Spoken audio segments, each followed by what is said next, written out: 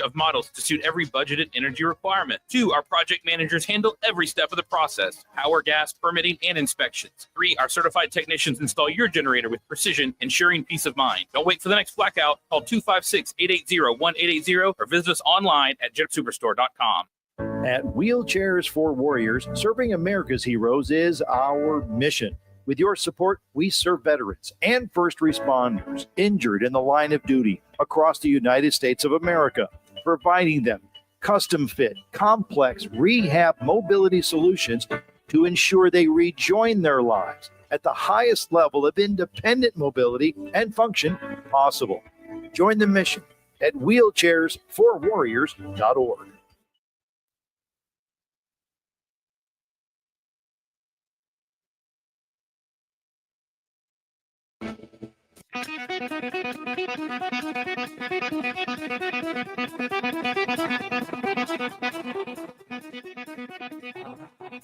Welcome to Talkin' Ball with Scott Tyson and Drew DeArmond. Call into the Neighbors Wealth Management Hotline now, 256-576-4977. That's 256-576-4977. Now, here's Scott and Drew. Tuesday morning. We're back. We're live. We're brand new. Talking Ball, 97.7 ESPN, The Zone. Scott Tyson, Drew DeArmond. Happy Tuesday morning. Looks like it should be a good drive in. 46 degrees today. Our high today is going to be another 73 degrees. So a little, once again, it's one of those days where you put the long sleeves on to start the day, but you get close to the middle of the day and the long sleeves come off. It happened to me yesterday. It's all of a sudden you're having to turn your air conditioner on in the condo, and especially when you're doing laundry and you're like, well, it's got a little warm. Just open the windows. Yeah. Let that fresh air in. I'm not a pollen fan. So it's out there as well. Your cars come back and they're orange, and it doesn't make any sense to even wash the car right now because it's just going to get so dirty. Yesterday, we spent a lot of time talking about the SEC on the men's side, just how dominant they have been when it comes to getting teams into the Sweet 16. If you've not been paying attention to the women's tournament, they are just as good. I say that is a conference. Texas, LSU, South Carolina, Ole Miss, Tennessee, and Oklahoma all stamped their tickets last night. And probably we said yesterday that the game between Colorado State and Maryland was probably the best game of the tournament because it played after the Florida-UConn game. Right. Last night on the women's side, the Alabama-Maryland game probably was the best women's basketball game of the tournament so far. The only tough part is Alabama falls in double overtime, 111-108. Yeah, it was heartbreaking. Alabama, it was they got behind early and trailed after the first quarter, went on a nice run in the second quarter, had a 2-point lead at halftime. It was 41-39, and then they led 64-55 at the end of the third quarter.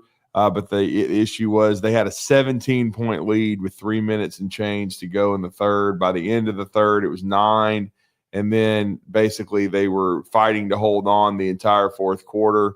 And then they took an 83-80 lead off of a three by Sarah Ashley Barker, forced a miss by Maryland with under 30 seconds to go, did not get the rebound. Maryland was able to hit a three to tie it at 83. And then Carly Weathers missed a 10-footer in the lane that would have won the game in regulation, went to double OT and first overtime.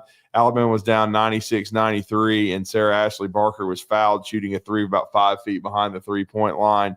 She buried all three free throws with 0.7 seconds to go and got them to double OT, but they just couldn't quite pull it out.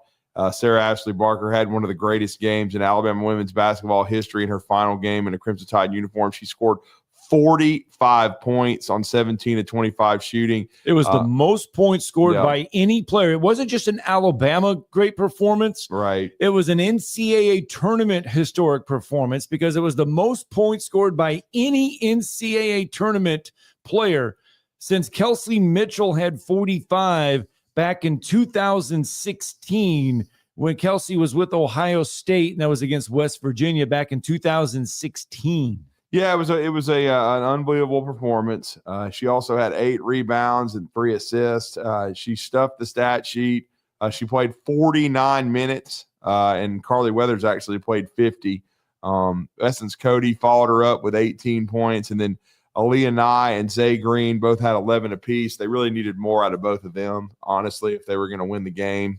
But both of them fouled out in regulation, so they didn't even have Zay and Aaliyah Nye in the 2 overtimes. So it was just a tough, loss for the Crimson Tide. They would have gone on to Birmingham and played in their backyard against South Carolina, but Maryland will go on and do that. But a valiant effort by the Crimson Tide ladies, just couldn't quite pull it out. And, Christy Curry was on with us yesterday. She keeps building this program, and this was their best chance to get over that hump and get to the second weekend. Didn't happen, but they've got a great recruiting class coming in. You heard her talk about Ace Austin yesterday. She's got some other nice pieces coming with them. So it's going to be interesting to see, what this squad looks like next year, and especially if they can get in the transfer portal.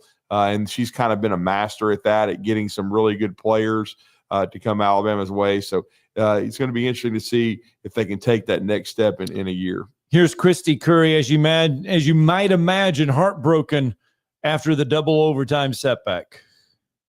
Yeah, that there's a lot of emotion in our locker room.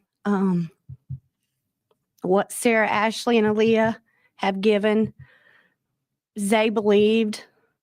We're really blessed to have been a part of her journey. And then CB and Gianna, my heart hurts for those 5 kids that have represented the University of Alabama and their families with such amazing grace and hard work and grit and toughness and gratitude. And so it's difficult, we just wish we had another minute or two. And, Maryland was able to make a play down the stretch and we weren't. So, but I don't think you understand how much I love, and I'm so incredibly proud of that group of people in our locker room and how they've represented all year long and had an amazing season. And I don't want this one day to take away from what they've accomplished during their journey at Alabama. And I love them all very much. That was Christy Curry after the round of 32 setback last night in College Park, Maryland. But again, the SEC, though, 6 teams in the Sweet 16 on the women's side, 7 Sweet 16 teams. That is a thing to say 3 times fast. Sweet 16 teams on the men's side. So, again, the SEC flexing its muscles on the hardwood when it comes to both the men and women's tournament this season. Yeah, no question. With Alabama, they were so close to making it 7 for the women as well. It's been a great year on both sides of the ledger for the Southeastern Conference. We'll see if South Carolina or Texas. I think that's probably their 2 best bets of getting to the Final Four, and then maybe winning that national championship. I know, there's a lot of great teams out there. UConn's a 2 seed, but Gino's won 11 titles. It's been a while since he's won his last one, though. But certainly they're going to be on that short list as well. No question about that. USC, though, that's something to talk about. Oh man, on women's basketball. Yeah. There's faces of the tournament and there's faces of college basketball. Right. And last night, Juju Watkins, you hated this, driving the court. Yeah. Her right leg buckles. She falls to the floor, tears her ACL. She is done for the season, obviously.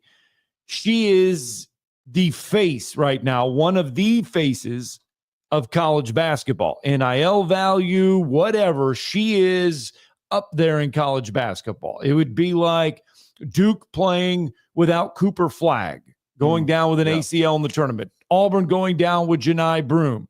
Alabama losing Mark Sears. That is what USC suffered last night on the women's side. Now, to their credit, they still impressively beat Mississippi State 96-59, and that was another SEC team that went home. But I can't see them winning it without her. I mean, she's one of the top 3-4 players in the country, and USC was one of those 1 seeds along with UCLA. And UCLA was the overall number 1. But we'll see if they can, beat Texas or South Carolina. I certainly hope not. I hope the SEC can bring home. Maybe Texas can finally win something. That's all I'll put the pressure. I mean, they talked like they were going to take over the world when they came into the SEC. Yeah. They made the football playoff, got that ass whooped in the SEC championship game. Yeah. And they couldn't beat Georgia, so they went home, didn't win a national championship there. We all know they've already had to fire their basketball coach and hire Sean Miller because they barely made the NCAA tournament on the men's side. But Vic Schaefer, he's come close to winning it a couple times at Mississippi State. So maybe he'll finally beat that door down and get in and win the national championship this year and, win another title for the Southeastern Conference, because it certainly won't be the Kentucky women. No, they gone. Yeah. They gone. A certain blowhard idiot who keeps, posting on X and, he keeps calling into our station and hanging up because he's a gutless coward. But he keeps, running his mouth and talking about he was actually, taking shots at Alabama for losing yesterday, when I had to point out that Kentucky already choked on their home floor and they were lucky to win the first game. So, you know what I'm saying? But he of course, he doesn't ever change his arguments. He always repeats the same things over and over and over again. He says, all we do is talk football on this show. We don't talk basketball. I mean, so I guess we're not talking basketball right now. We even started with women's basketball. Yeah. Right out of the gate. He's got to clean the earwax out of his ears. But again, the guy's a fraud. But you mentioned Texas. You mentioned Texas coming into the league. And they haven't won. I mean, hey, they've gotten to an SEC championship in football. They've made it to the college football playoffs. Yeah. Rodney Terry gone on the hardwood, but softball is near the top of the standings. Yeah. Baseball is near the top of the standings. Their women's stuff is flexing pretty good. They are coming into the league. You could make a point that they have come into the league and have adjusted better than Oklahoma in certain aspects. Yeah, you could say that, but neither one of them winning championships. So. This ain't the soft ass Big 12. So you taking some whippings. Is all I'm saying. Yeah, I mean, it's not as easy. No. But I tell you what, you talk about making moves. I mean, Houston has acquitted themselves very nicely in the Big 12 after making the move from the AAC. It also helps when they lose Oklahoma and Texas and you're coming in there. So, you're coming up behind them. So, but you still have Kansas. In there on the basketball side. Who? They've fallen. Boy. Where are they? I think they're at the Hizzle. They are. They couldn't beat you want to talk about not getting your NIL value. Well, I mean, they couldn't beat Arkansas, who was in the bottom half of the league in the SEC. Okay. So remember when Hunter Dickinson left Michigan and it was Kansas is going to be unstoppable? I wonder how much per win they had to pay him. It was, Kansas, watch out. I mean, they're not going to lose. They got Hunter Dickinson. They were number 1 in the country to start this year. I wonder how much per win they got they had one of the highest paid rosters in college basketball, and it didn't work. We talk about college football teams starting inside the top 10, inside the 5, and which team is going to fold at the beginning of the season. I guarantee you nobody would have said on the basketball side that Kansas is going to be the team by the end of the season, going to be outside of the top 25. Because they beat Duke, remember? Yes. Preseason ranked number 1. Nobody would have picked Kansas to be outside. Not a 7 seed. I would have never thought they would. I would have thought they were there in the top 2 to 3 in the Big 12, and they're still like a top 10 team. I wouldn't have thought they would have fallen, so woefully short. But again, they're still going to be a blue blood. They're still going to bounce back. But it's interesting because with this NIL, it doesn't guarantee you anything. I mean, now you can have a good roster, but does it fit? Does it fit together? Injuries can also play a factor, but it's just interesting. And then I don't know if you or John can come up with this number, but I was monitoring it last night. I want to say Jeff Goodman and Travis Branham with 24/7, Goodman with Phil the 68. They were talking about how the portal opened yesterday. 500. Well, by last night, I think Jeff gave an update. It was at 700 and some odd already. College basketball, the transfer portal opened while the tournament is ongoing. We got there to Michigan when they had put his put his name in the portal. Yes. 5 minutes a game. He is that would be Scottie Pippen's son, by the way. Is that another Pippen? Justin Pippen. It is Scottie's son. Justin Pippen is in the portal. Yeah, because he had that one flopping son that was a good player at Vanderbilt, but he loved to flop. I think that was Scottie Pippen Jr. I think he's in the NBA, but this is Justin Pippen. He is in the portal for Michigan, which is going on. Michigan is in the Sweet 16, right, and they're playing Auburn, and he is in the portal. All right, let's get a break in. When we come back, speaking of Auburn, speaking of Michigan, Ken Palm has said, okay, here are the percentages for teams to win going forward of the remaining Sweet 16 teams. They give percentages on their current matchups and their Elite 8 matchups to advance. We'll get to those and your phone calls coming up next.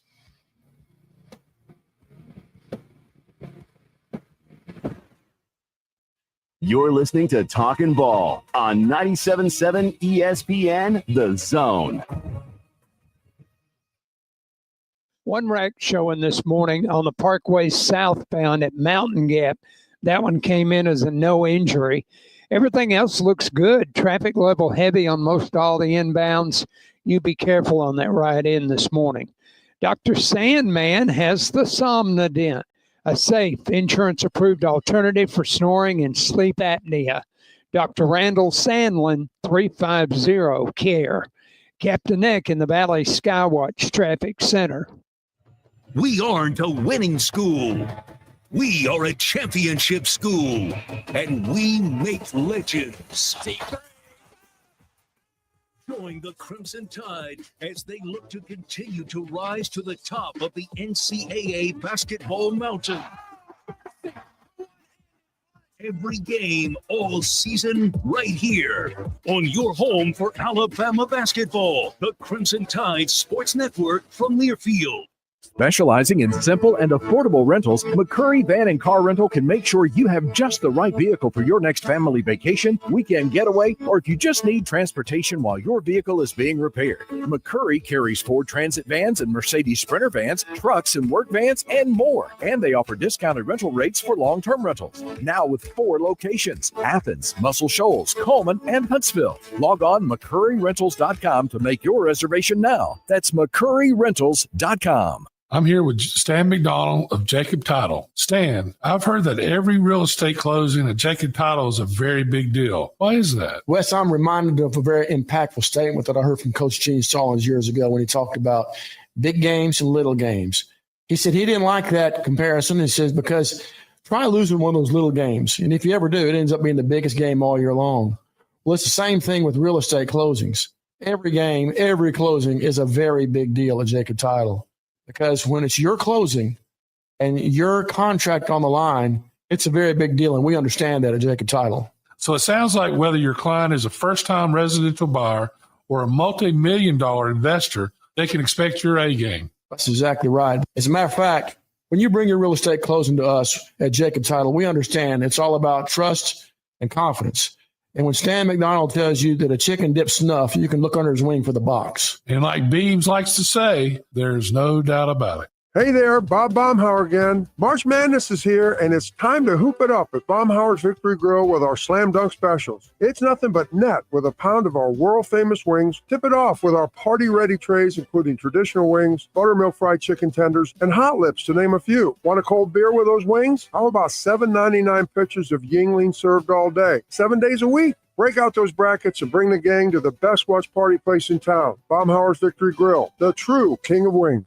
Have you discovered Good Company Cafe? The place for breakfast, brunch, lunch, and so much more. Enjoy brunch all day and pair with one of our many seasonal refreshing drinks, including alcoholic and non-alcoholic options. Choose inside or outside on our gorgeous, spacious, dog-friendly patio and have some fun with friends playing yard games in the courtyard. See catering, to-go options, and lots more at goodcompany-cafe.com. Good Company Cafe, 7500 South Memorial Parkway.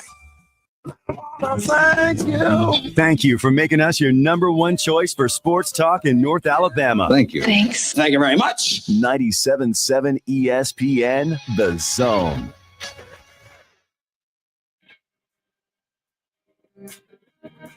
Tuesday morning, welcome back in. Talking Ball 97.7 ESPN, The Zone. If you want to get a hold of us, 256-576-4977. That's the number to the neighbors. That's the number to the phone lines. Or if you want, you can go to Dunkin', which is right across the place from the studio. Yeah, Dunkin' Pick Donuts. up a dozen donuts. Right. Knock on the door. And then just give us donuts. And just give us donuts if you would They like. don't make sugar-free donuts, though. You know. But you still eat them. Maybe one. That's what you can do. You can stop and get a a hot croissant. Hey, what are those sandwich? What are those things? Are they called crullers? The one that are they call them the French crullers. The cake donuts. You're the food expert. Well, there's a cake donut and then there's a cruller. A cruller and a cake donut are two different things. Okay. Well, I figured you could explain it. I just know what they look like. I don't know what the hell they're called. You like those? Yeah, they're not bad. The cake donuts. Look, there is nothing better than a double chocolate cake donut. I always wondered though, but the cherry donuts from Donut Land in Iowa, no, that's business. Here right we there. go. That's business right there. Here we go. I go back to Iowa and I got to go get me a cherry donut. I think did you bring us I one brought us time? a dozen. I brought them back from Iowa one I time. remember, yeah, they were pretty good. Yeah. I remember because they weren't stale or anything. Nope. They were still good. They're so good. Yeah. They're so good. Donut Land. Oh, you bet. You bet. Yep.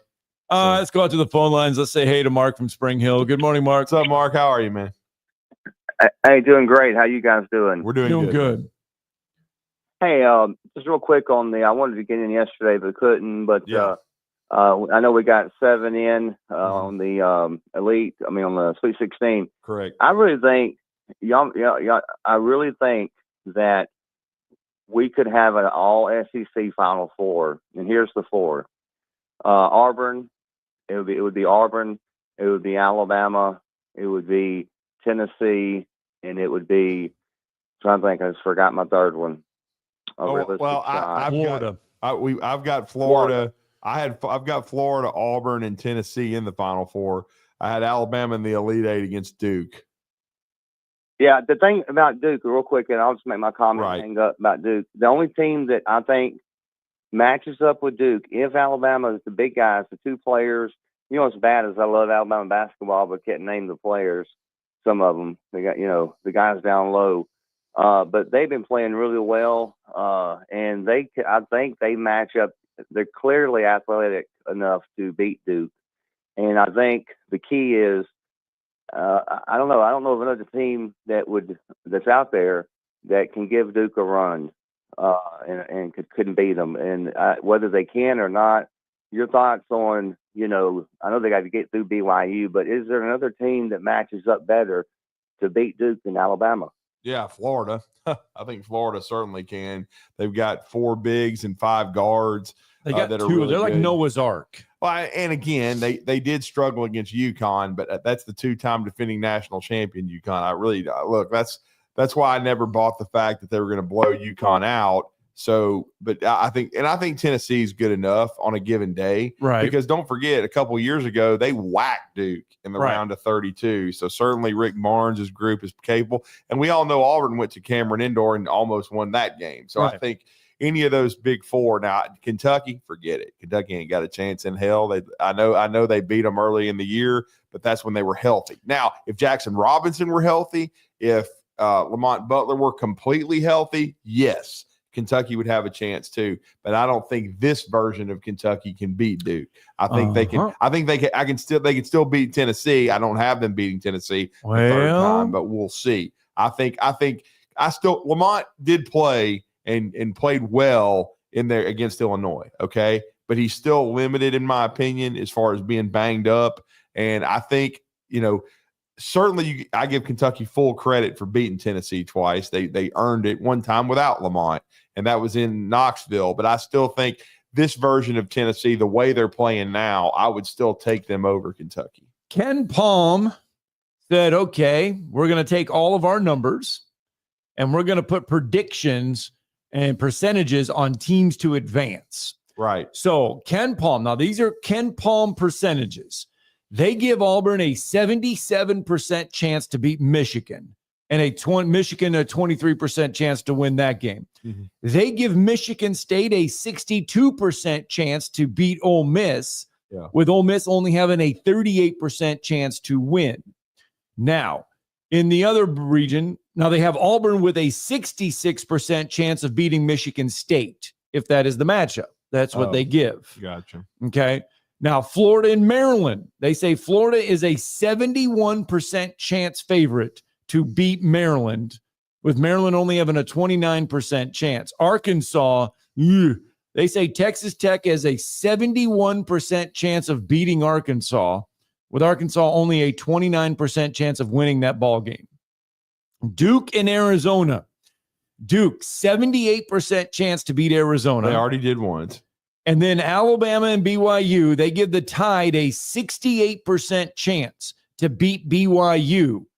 As far as Duke and Alabama goes, Duke, a 72% chance to beat Alabama, with Alabama only a 28% chance of winning that ball game. Florida and Texas Tech, if they would meet, Florida, a 68% chance to beat Texas Tech. The other one, the Kentucky-Tennessee bracket, Tennessee, they say, is a 65% chance of beating Kentucky, and Houston all over Purdue. Heavy favorite there percentage-wise, with Houston a 60% chance of beating Tennessee. Tennessee a 40% chance of winning that matchup with Houston. Right. We'll see. Ken Palm does a nice job, but you got to go play the games on the floor. I do think that any of those SEC teams, those top four, could beat Duke. And when Kentucky was healthy, right, they're the fifth of the Big Five.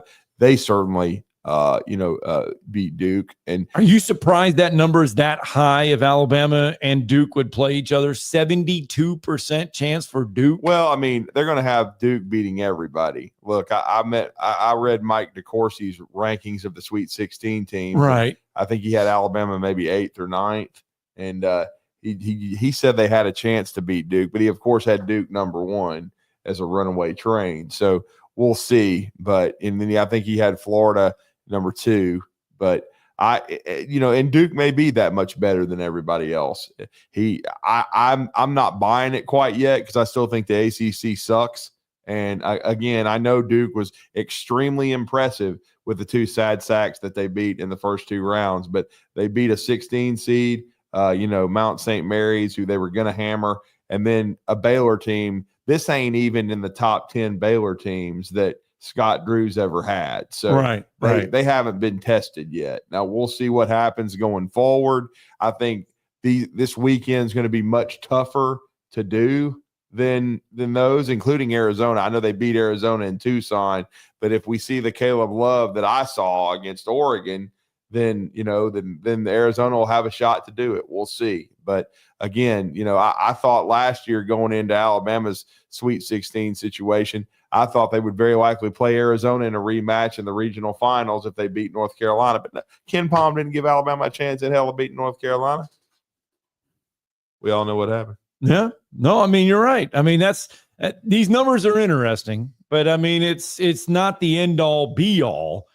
I mean, to say that Auburn is a 77% chance of beating Michigan, I think that one's going to be a little bit closer. I think Michigan's really good. I think this is going to be Auburn's toughest matchup because of Michigan's size. I don't see that one being a runaway. They're big and physical, and I really think Dusty May's a hell of a coach. Now, am I going to pick Auburn? Yes, I'm going to pick Auburn, but I think it is going to be a tough matchup for the Tigers. I think it's funny that they do have Tennessee that far out in front of Kentucky. They really don't think a lot of Kentucky at this point. Well, it's because of the health, man. I still say that. They Lamont Butler, he's out there gutting it out, but they don't have Jackson Robinson. They had one of the best offenses in the country. They got some big wins early. They beat Duke, like we just said. Kentucky's a good basketball team, but I just don't know in their current form if they can beat Tennessee a third time. I mean, certainly we'll see. And I think this is Tennessee's best chance I've seen under Rick Barnes to get to the Final Four, because I like the way they match up against Houston, because I think they're almost mirror images of each other. And I think that'd be one hell of a basketball game. But, both teams have to win. All right, let's get a break in. When we come back, we'll go back out to the phone lines, 256-576-4977.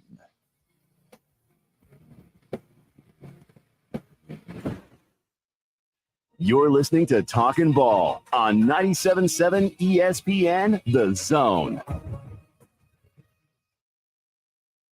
From the Fox 54 Weather Center, I'm Chief Meteorologist Jordan Dressman. Not a bad night. Really not going to be all that chilly across the area. When you head out the door for work on Wednesday morning, you're going to find temperatures in the mid and upper 40s. From there, we do a really good job at warming up through the course of the afternoon. A mostly sunny sky, temperatures climbing into the low 70s. Once again, dropping into the mid and upper 40s. Plenty of sunshine Thursday afternoon. Maybe a slight increase in the amount of cloud cover, but otherwise, once again, temperatures climbing into the low and mid 70s. I'm Chief Meteorologist Jordan Dressman on your home for ESPN Radio, 97.7 ESPN, The Zone.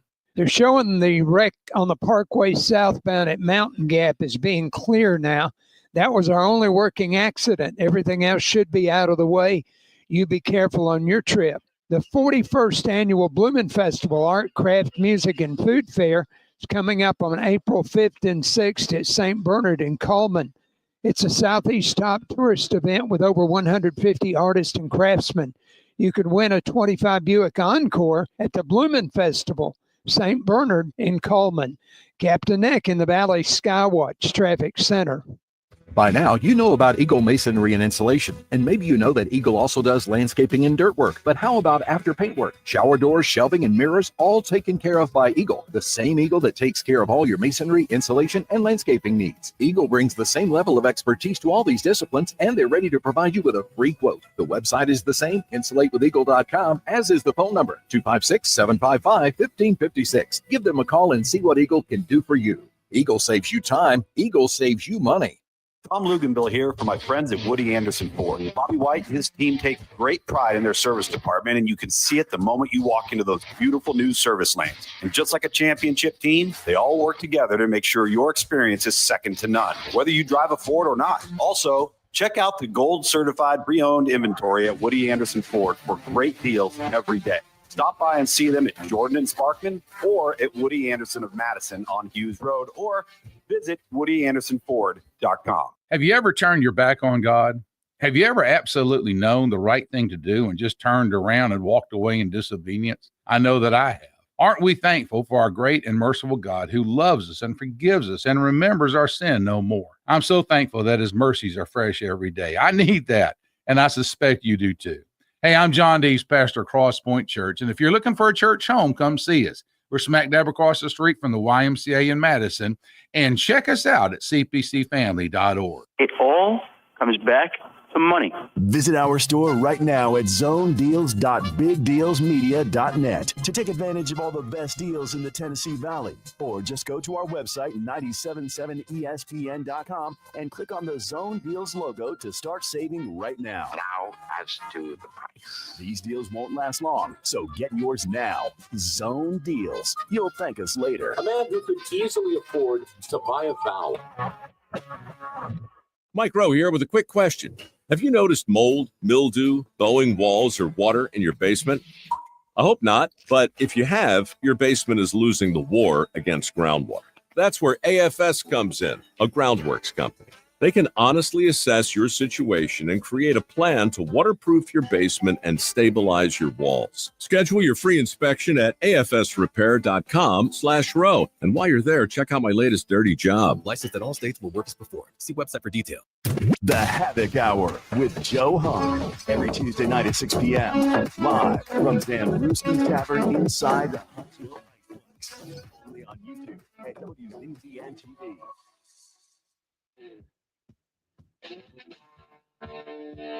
All right, welcome back. Talking Ball 97.7 ESPN, the zone 256-576-4977. That's the number to the phone lines, and that's where we visit with Richard right out of the break. Good morning, Richard. Good morning. Morning, guys. Hey, I just want to thank you for the Westwood One coverage. Yes. Last week.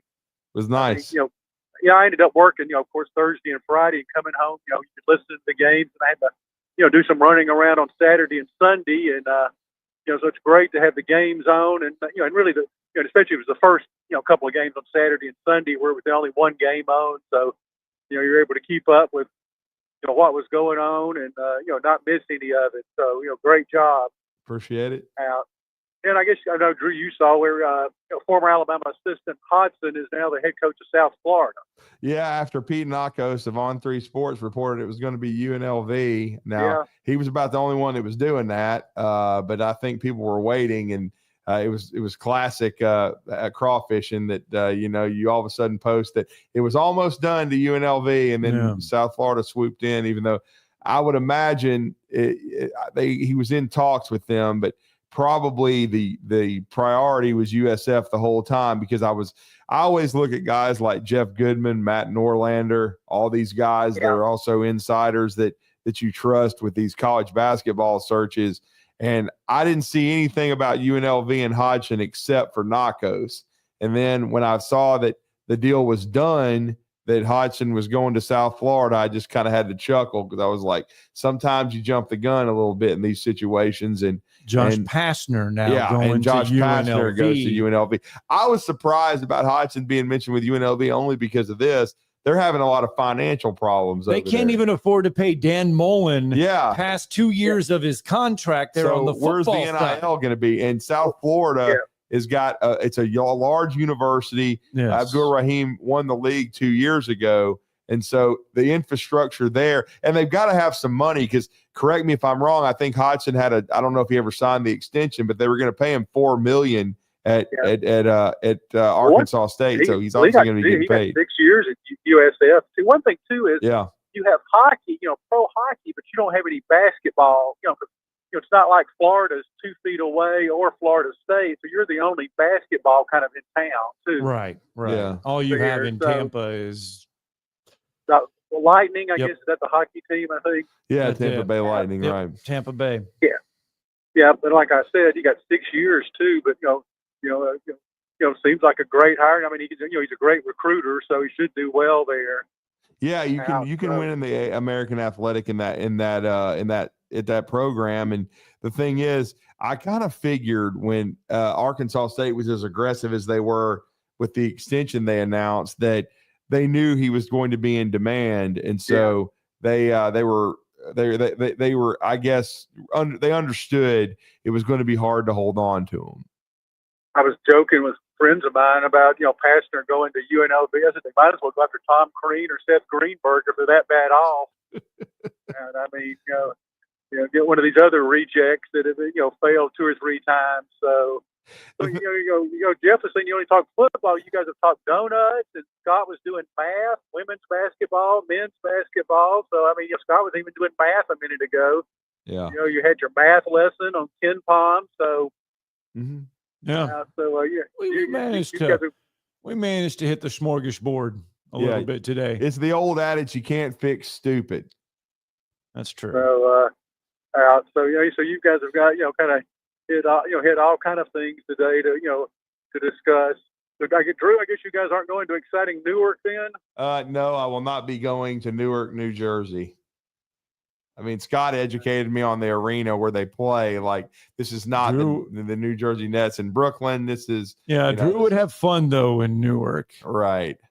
Yeah. I kind of got lost up there one time, and it was a lot of fun. So we even had somebody call in reference to the Sopranos, which was pretty cool yesterday. Well, when you think of it, I mean, that's when you think of Newark, that's the first thing that comes to your mind. Right. Bada bing.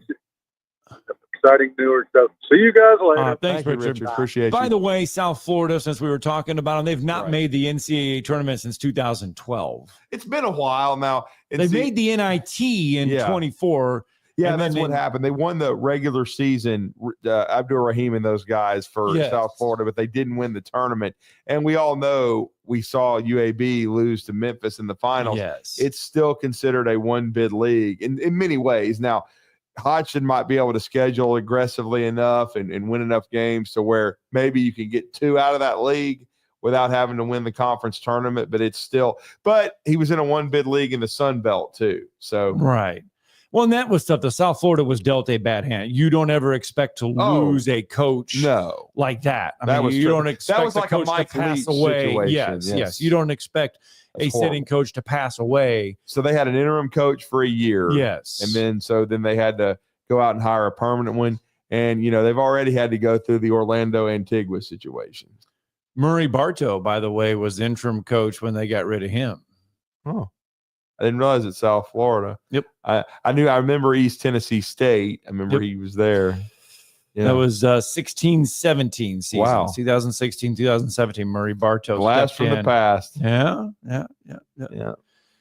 256-576-4977. Called in one time when he was UAB coach on Jocks. They were about to play Cincinnati and asked him about Bob Huggins. Bob Huggins is trying to get back in it. See, look. Did you see that about McNeese State? Look, okay. So West Virginia. Yeah. You go in and you dip back into Rich Rodriguez. Yeah. And when he left, obviously, he left for Michigan. He flirted with Alabama, was close to coming to Alabama, was Rich Rodriguez, until he has a meeting and he does not ultimately come. Right. He goes to Michigan, and obviously there is a lot of hurt feelings there. In West Virginia, he leaves, all this other stuff. It doesn't go great at Michigan. He goes okay at Arizona, but not real great.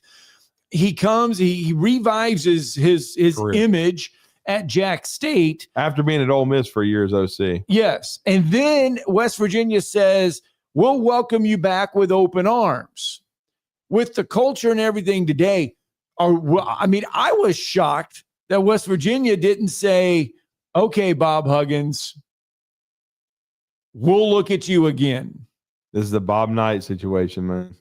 Almost the exact same. Too much water under the bridge. They gave him I don't know how many opportunities, man. He just burned all of them. You can't end up drunk on the side of the road, bro.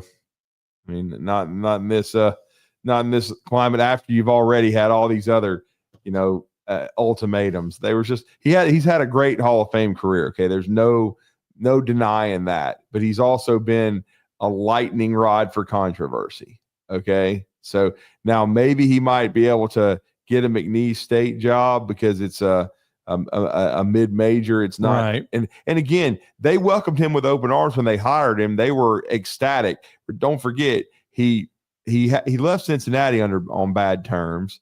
He went to K-State. Right. And basically just beat the firing range. He beat the lynch mob out of town to go to K-State and kind of just restart. He stayed there 1 year and then went home to West Virginia because he's one of the greatest players in Mountaineer history. Right. And so it was really, I thought, a perfect landing spot for him to finish his career. But oh my goodness, it just did not. I mean, he had a really good run, but by the end, it just was not great. I'm looking at the candidates for McNeese State. Did you just see? I told you. That's what I'm trying to tell you. Oh my goodness. Oh my goodness. That's what I'm trying to tell you. Bob Huggins is listed. I told you. But so is Donnie Tyndall. What I'd say. Holy crap. What I say. I was giving you a hint there. Donnie Tyndall. Yeah. Now, you want to talk about something going bad. You want to talk about some Tennessee fans running off the road. Donnie Tyndall's tenure at Tennessee, awful. Well, that was because they found out what he'd done at Southern Mississippi. Yes. And before that, Morehead State. That sounds really bad, by the way. Pack up your crap and go, son. We don't want you. But I mean. But look, I'll say this. Donnie Tyndall has gone junior college. He's been coaching the junior college ranks for the last couple years. I want to say maybe Chipola junior college, I think. He'd moved down to because he had a show cause, or he may still have one on the D1 level. He must not have one if Jeff Goodman is saying potential candidates for McNeese State. He moved back. He had made his bones in the junior college level, and he moved back down there. So, but again, Would you take a chance? Okay, would you take a chance on Bob Huggins or Donnie Tyndall to lead your program right now? I mean, if you had you look at me like that. You have an opening. Let's say these are the only two candidates to apply. Would you take Bob Huggins or would you take Donnie Tyndall to lead your program right now? That isn't even a hard decision. You would take Bob Huggins. Bob, don't drink a beer. You know what I'm saying? I mean, Bob Huggins has won 800 games. Lord, I would take Bob in a second. What has Donnie Tyndall ever won? He beat Rick Pitino, I think, one time when he was at Morehead State. He got lucky, and then he wasn't even that great the year he was at Tennessee. And at Southern Miss, he was okay. He made the tournament. But, look, Bob Huggins has been to the Final Four. Bob Huggins has been to Elite Eight, Sweet 16s. Come on, give me a break.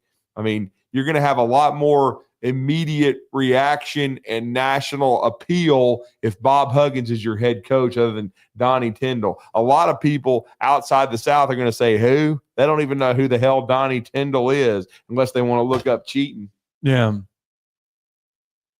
I mean, come on. Another one of the names that was listed there for that potential McNeese job is Bill Armstrong. Now, that's one we're familiar with because he's on the staff with Scott Drew right now. Yep. He was on the staff with Western Union at LSU, got Trendon Watford there, and he was a longtime assistant for Murray Bartow.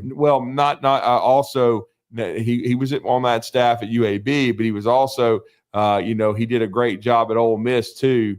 For Andy Kennedy. So he was on that staff for a long time. So Bill Armstrong was at Link Academy. He had LeBaron Philon.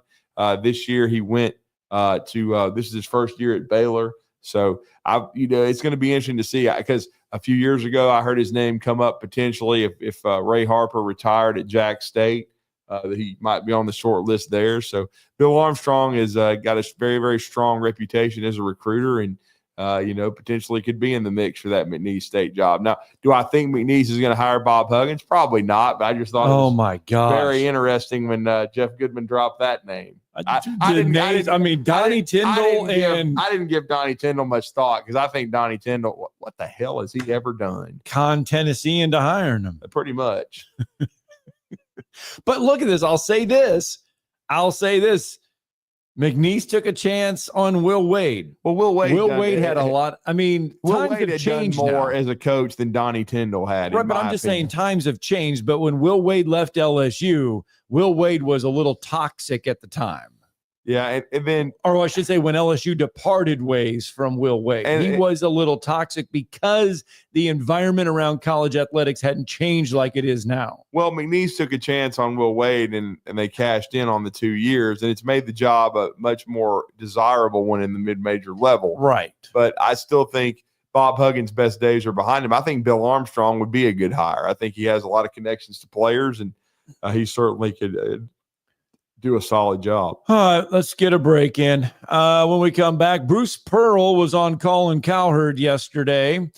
Colin Cowherd also talked about the lack of Cinderellas in this year's tournament and whether or not it's a good or a bad thing before we college go on basketball. He didn't say he was coaching at Tennessee, did he?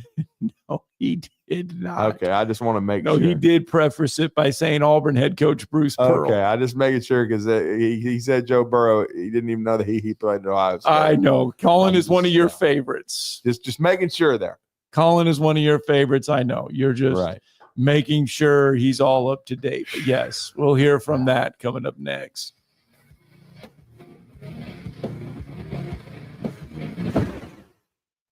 You're listening to Talkin' Ball on 97.7 ESPN, The Zone. We seem to be rolling along in pretty good shape this morning. We had one wreck, Parkway southbound at Mountain Gap. It should be completely gone. You be careful, heavy traffic load. Put extra room in there so you got somewhere to go if something does go wrong around you. You could lose up to 4 sizes in 4 weeks with a 2030 Fast Track weight loss program. Find out more at 2030huntsville.com. Captain Eck in the Valley Skywatch Traffic Center. If hunting and outdoor recreation are your passions, it all starts with the right property. That's where I come in. I am Bo Butler with Southland Realty and Auction, a hunting and recreational land specialist and a Jackson County native who sees land through a hunter's eyes. Just as you trust your guide on a big game hunt, you can trust me to find the perfect property for you. Thinking of selling? Let me help you make your land attract buyers. Remember, Bo knows land. Call me at 256-609-0512. Mike Rowe here with a quick question. Have you noticed cracks in your drywall, chimney, or exterior walls? I hope not, because if you have, they could be indications that you've got a much bigger problem with your foundation. That's where AFS comes in, a groundworks company. They can honestly assess your situation and create a plan to stabilize your foundation. Schedule your free inspection at afsrepair.com/row. And while you're there, check out my latest dirty job. It's a good one. Licensed in all states where work is performed. See website for details. What does it mean to be a part of the Southeastern Conference? That you scheduled your wedding and even your child's birth around your school's game? Of course. But it means more than that. It means you're home to hundreds of Fulbright, Truman, Goldwater, and Rhodes Scholars. It means starting out as the birthplace of American public higher education, and now leading the way in unmanned spacecraft. This is the SEC, and here it just means more. What does it mean to be a part of the Southeastern Conference? That there's an honest-to-goodness chandelier in your tailgate tent? Perhaps, but it means more than that. It means pioneering medical solutions to predict new flu viruses. It means leading globally diverse teams to eliminate starvation in developing countries. And it means being home to one of the nation's top cybersecurity programs. This is the SEC. And here, it just means more. You don't have to go somewhere else just so you can go somewhere new. Plan your next vacation with Huntsville International Airport and Breeze Airways. Enjoy friendly, convenient, nonstop travel to some of the most exciting destinations in the U.S., including the home of 12 world-famous theme parks, Orlando, Florida. With flights starting as low as just $49, Breeze has got you covered with easy, breezy, nonstop flights to Orlando. Make all their dreams come true. Book nonstop to Orlando now at flybreeze.com. Hey, do you have heating and air issues as the springtime starts to roll around? Hey, there's just one name you need to know: Talent Heating and Air. #1 heating and air business right here in the Tennessee Valley. Yeah, we're locally based. If you call, you're going to get somebody based in Huntsville. Mentioned in spring earlier, we can actually do indoor air quality products, so we can help alleviate those allergy problems you're having in your house. All right, Thomas from Talent Heating and Air, give them the number that when they call, somebody live and local will pick up. That's 256-503-4490. And you can always head to the World Wide Web and find Talent Heating and Air, and you guys will still respond. That's talenthvac.com. If you don't want to talk to a person right away, you can fill out a form on there and get scheduled for a visit. That's Talent Heating and Air. They're live, they're local. It's Talent Heating and Air. AL certain number 21014. I'm here with Stan McDonald of Jacob Title. Stan, I've heard that every real estate closing at Jacob Title is a very big deal. Why is that? Wes, I'm reminded of a very impactful statement that I heard from Coach Gene Stallings years ago when he talked about big games and little games. He said he didn't like that comparison. He says, because try losing one of those little games. And if you ever do, it ends up being the biggest game all year long. Well, it's the same thing with real estate closings. Every game, every closing is a very big deal at Jacob Title, because when it's your closing and your contract on the line, it's a very big deal. And we understand that at Jacob Title. So it sounds like whether your client is a first-time residential buyer or a multi-million-dollar investor, they can expect your A game. That's exactly right. As a matter of fact, when you bring your real estate closing to us at Jacob Title, we understand it's all about trust and confidence.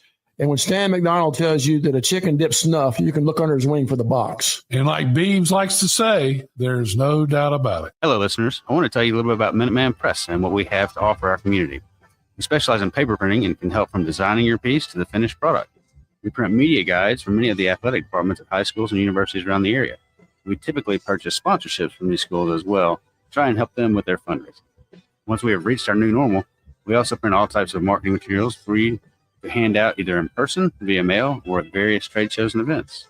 At Minuteman Press, we're not just putting ink on paper, we're building relationships. This segment of Talkin' Ball is brought to you by University Kia, the #1 volume Kia dealer in the state of Alabama. Located online at universitykia.com.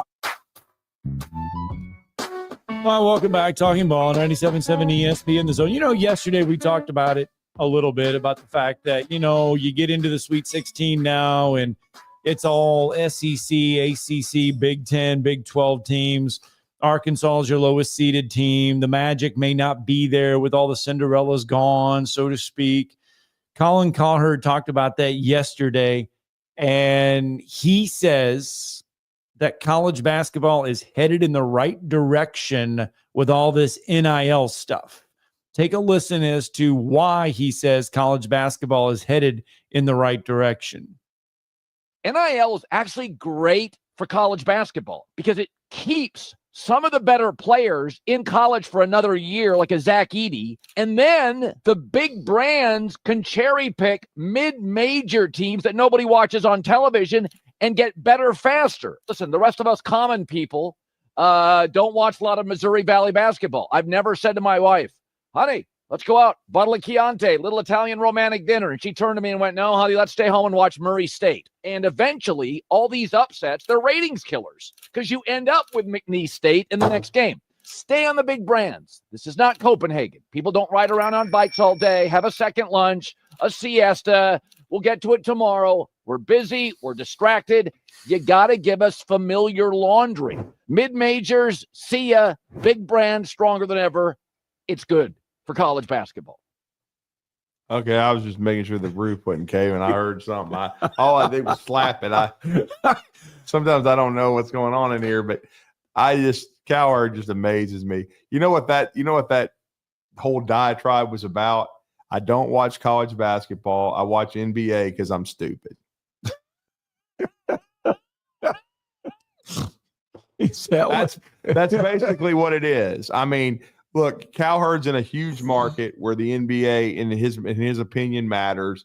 And a lot of people, even though the ratings will tell you people think it sucks, but he's going to talk a lot of LaDum. He's going to talk a lot of NBA and all this garbage. People don't care about that. People where we are right now, where we're sitting in our audience, they would much rather go watch Murray State on TV or watch the UAH Chargers than watch some NBA garbage and some of these other. And that's part of his big brand crap. Okay, is the NBA. Nobody gives a rat's ass about the NBA in this state. That's none. People tune into March Madness. Everybody wants to see who, because you remember the NCAA, the way it markets it, the way that it markets the tournament is that it's not like college football. Because remember, the NCAA has nothing to do with college football.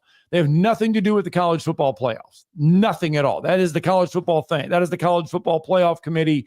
That is the college football playoff people. They handle that. The NCAA does nothing with college football.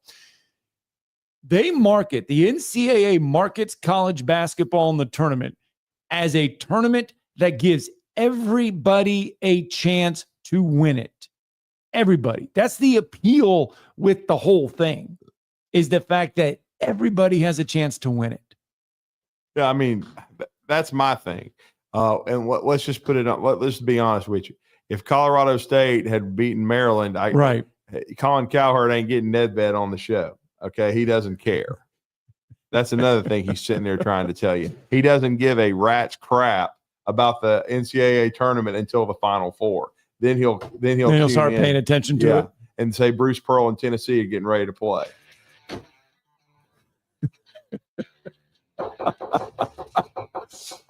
They need familiar laundry.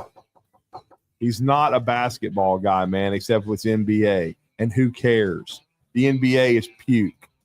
So the NIL is not good. The way the NIL is set up now, not good for college basketball. That's the only point in his whole diatribe where it made some sense. Right. Yes, you can get a Jonai Broom to stay and not decide to go, or a Mark Sears. Zach Edey to stay for another year. Yes. Yeah, you can. Okay. But there still needs to be revenue sharing because it's still screwed up. Okay. I mean, look at how much was Hunter Dickinson making per basket A lot. to lose. He's not making any anymore.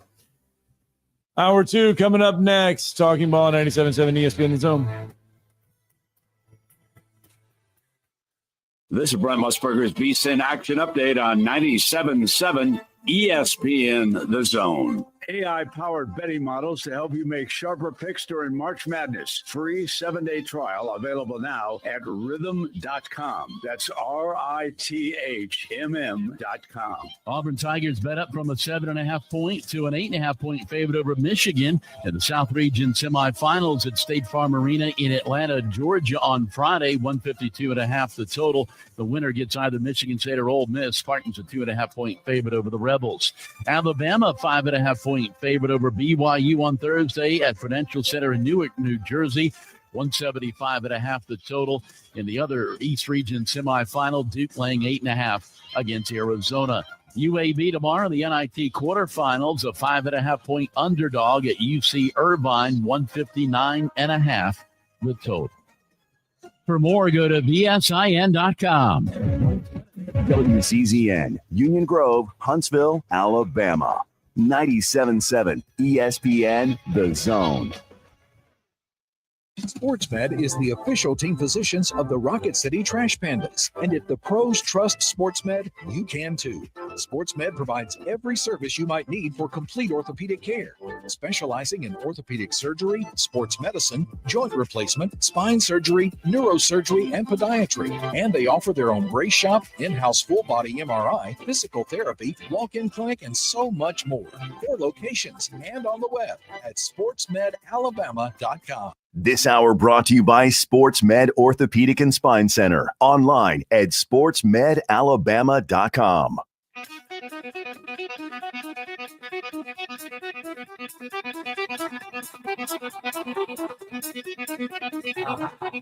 Welcome to Talkin' Ball with Scott Tyson and Drew DeArmond. Call into the Neighbors Wealth Management Hotline now, 256-576-4977. That's 256-576-4977. Now, here's Scott and Drew. We were just talking about this, Scott. We were just talking about this. We were talking about your favorite player of all time. Yes, we were talking about the fact that before the hour ended, how the fact that Cinderellas and all that stuff gives this tournament a lot of appeal and everything. Right. And during the break, we were talking about Colorado State is looking possibly will name Ali Faroukmanesh. I thought about you first. Their new head coach. And you want to talk about one of the biggest Cinderella stories in the NCAA tournament in the past 20 years. Ali Faroukmanesh from Northern Iowa, the Kansas assassin, pulls up with nobody under the basket. And I had Kansas winning it all, so my bracket was done. So see, you and I know exactly who Ali Faroukmanesh is now. Colin Cowherd would think he's a soccer player in Saudi Arabia. I have the signed basketball. One of these, you know what? In my office from Ali Faroukmanesh. We need to work our connections. I just need to. We need to get Ali Faroukmanesh on this show, so we can say the name some more. No, so you can interview. Yes, that would be awesome. That would be awesome if he gets the Colorado State job. Why Jeff Goodman again talking about that? Why would a radio station from Alabama give a damn about who's going to be the basketball? That's why. And we don't give a rat's crap about the NBA. Oh, anyway, hey, our next guest would love Ali Faroukmanesh. Yeah, he's interviewed I don't know how many mid-major basketball coaches. Probably more than anybody I know. Blake Lovell is going to be with us next. Yeah, we're going to go out to the Neighbors Wealth Management Hotline and welcome the college basketball analyst for Southeastern 16. And Blake, I know you know who Ali Faroukmanesh is. Yes, I remember him quite well. Just like you, Drew. I think I had Kansas winning it all that year, and he became a villain in my eyes after that didn't happen. So, that's been a popular topic though in the last 24 to 48 hours. Yeah. Is the fact that this year's Sweet 16 is all the power conferences, it's all the heavyweights, so to speak, in college basketball. And that people are worried that those type of moments, those Ali Faroukmanesh moments, we won't get too many more of those in college basketball.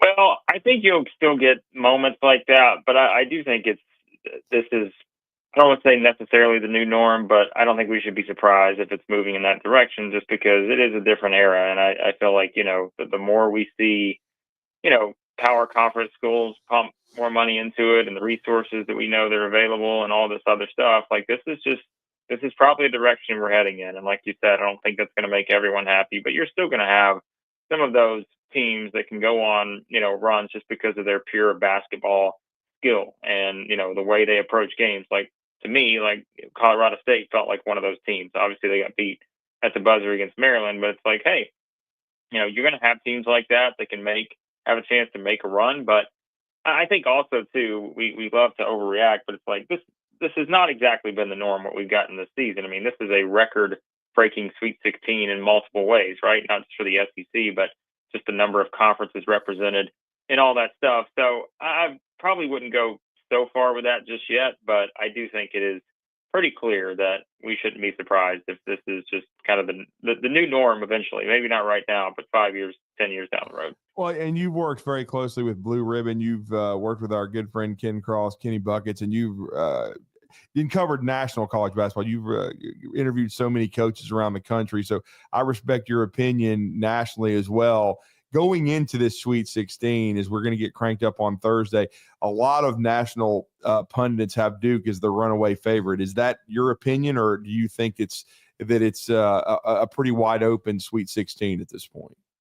Yeah, I think runaway favorite is probably too strong, but I do think they're the favorite. And that's why, again, I think going into this tournament that they were my pick just because I looked at their past, and I know that's not necessarily going to make Alabama fans happy, but right. I just looked at the past and I said from a matchup standpoint, which is what this tournament is about, it felt like Duke's past in terms of the matchups was probably about as good for them as some of the others were tricky. And I think, again, we talked about it, like Florida to me, I still think Florida's toughest game before the Final Four may be the one they just played, just because it was UConn, the defending back-to-back national champion, the psyche of like all the pressure's on you, not the team that just won back-to-back national titles. Like that, all the pressure was on Florida. I think getting by that game will do them some good. I feel like the rest of the way, Auburn's the top overall seed, but we all know, like coming into this tournament, they probably weren't playing their best. And I think a lot of people sort of, jumped off the Auburn bandwagon. And certainly after that first game where you've got Stephen Pearl saying what he did, Dylan Cardwell saying what he did, like they were not pleased. And you don't really ever get that with a number one overall seed playing a 16. But that's what happened, and I thought they responded very well. So let's see if this reset here for a couple of days does Auburn some good. And then, again, all the other teams out there. Houston, to me, I don't know why. We hear this a lot when we do our SEC shows, but I can't tell you how many people tell us, hey, Houston's overrated. And I'm like, I don't know if you know exactly if you're using the right word there, because overrated for a team that has lost one game this season in regulation and is 32-4. It's probably not my definition of overrated. I mean, they've lost 3 overtime games to Alabama, San Diego State, and Texas Tech. They lost by 5 to Auburn back on November 9th, and that's it. I mean, they have won a lot of games this year, and, I always say I think Kelvin Sampson, for my money, hey, I mean, he's a top 2-3 coach in the country probably. I just think he's that good. And so, but they've got an interesting path, right? Playing Purdue and Indianapolis, maybe having to play Tennessee or Kentucky, who I think are playing some of their best basketball this season right now. So I do think Duke is the team to beat, but doesn't mean they can't get beat. So one of the intriguing matchups, I mean, the SEC is going to get some teams going forward. We hope in the Elite Eight and the Final Four, but we obviously know Kentucky and Tennessee, somebody's going to have to go home in that one. The regular season matchups were intriguing. Tennessee seems to be heading in that right direction once tournament play start. Kentucky is still a team on the mend, literally. How do we see, or how should we look at this one? Here's the thing that I always go back to as I've been looking at this game since we knew it was going to happen. The probabilities, if we play those out, Kentucky went 12 of 24 from 3 in the first game in Knoxville on January 28th. Right. Kentucky went 12 of 24 from 3 in the second game in Lexington on February 11th. So Kentucky this season is shooting 24 of 48 from three against Tennessee, who is the third best three-point shooting defense team in the country. They only allow teams to shoot 28.3%. So if you play the probabilities, Kentucky has shot 50% on 48 attempts against Tennessee this season. That is just an absurd outlier because that's not been the norm. So can they do it again? That's the question, because they won the first game by 5. They won the next game by 11. Now, if you could say, all right, Tennessee, things should go back to the middle, that helps out Tennessee. Well, but then if you look at it from Kentucky's standpoint, they've beaten Tennessee with Lamont Butler. They've beaten Tennessee without Lamont Butler. And it's like, so for Kentucky, they should have that confidence coming into the game saying, we are as at full strength as we're going to get the rest of the season. And we've already beaten this team twice. And if you look at it, which team has more of those offensive lulls? It's still Tennessee. Like Kentucky, I think, defensively, what they did against Illinois, that was one of Kentucky's most complete defensive performances of the season. Now people say, well, they gave up 75 points, then they gave up 50 or whatever. It doesn't matter. If you watch that game all 40 minutes, that was a complete defensive performance from Kentucky. And I've not seen many of those this season. At one point they were ranked in the 100s in defensive efficiency. Now they're 45. And their defense has taken a huge step forward. Having Butler back has helped that. So I say all that to tell you, I don't feel 100% confident either way in this game. But I do think there is something to the idea that Kentucky is defending better. They're the better offensive team. And if you do see Tennessee hit a couple of those stretches against an improved defensive team like this, I wouldn't be surprised if Kentucky got a third win over Tennessee. And right now, that may be what I'm leaning toward, just because I think the Cats are kind of hitting their stride right now. And again, I looked at that Illinois game and think that's the kind of team that has beaten Duke, Gonzaga, and gotten all these big wins this season. That looked like the Kentucky team that was able to do that. Yeah, and certainly they're capable of doing it. And then with Alabama, I was just telling Scott this off the air. It's almost like, to me, a lot of people, Avery Johnson included, had picked St. Mary's to beat Alabama. Now that Alabama, I thought it was as complete a performance as Alabama's had all year. I know they didn't shoot it, from three like they have in some other games, but they also didn't attempt a ton of them. But I thought from a standpoint of on both ends of the floor, offensively and defensively, I felt like they beat it. And I thought this was one of Randy Bennett's better St. Mary's teams. I thought it was as complete a performance as Alabama's had. And I still am not sure Alabama's getting enough credit for it. But talk about the Alabama win and then this track meet that we're potentially going to see with BYU.